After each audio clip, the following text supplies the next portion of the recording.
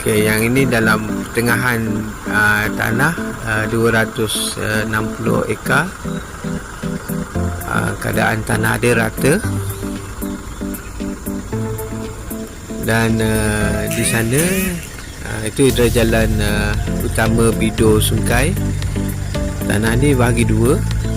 Di sebelah sini 100 lebih, kat sana pun ada lagi tanah. Jadi kiri kanan tanah jalan besar. Ini sebenarnya saya masuk dalam tanah. Kira Tanah. memang Ini sewa tanah ubi. Kiri kanan. Tanah mana ni? Sini sampai sini. Satu sembok tu kan?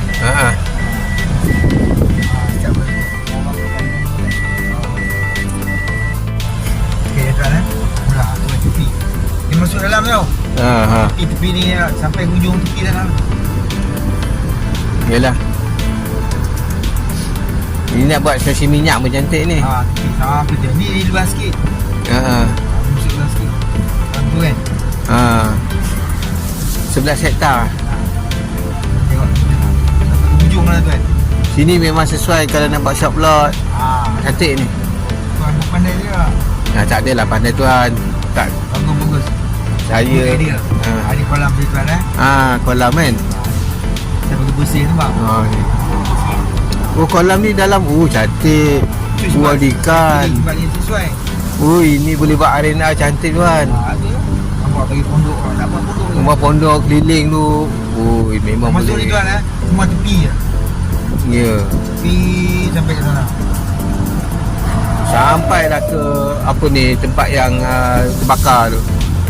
Luas. Panjang.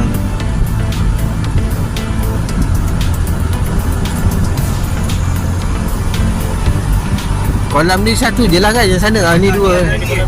Kolam. Ada 7 kolam. Sebelah sini kiri kanan dah. Sini tanah ni dia panjang ke jalan dia. panjang ke jalan. Cantik. Itulah bagus. Betul. Main tepi jalan. Betul. Lot nombor 1 tanah mahal. Ya. Ini semua tanah saya ni. Yalah. Kiri kanan Betul. Ini dia. Profesor ini masuk dalam sikit lah. Maknanya sepanjang hujung dengan sepanjang hujung tanah dua sama. Sepadan sama ya. Sampailah ke ni. Sampai sini kan? Sampai sini ya. Di sini ya. Sampai yang pagar ni. Kapal sawit dia. Bersawit tu. Okey. Kali ni. Faham?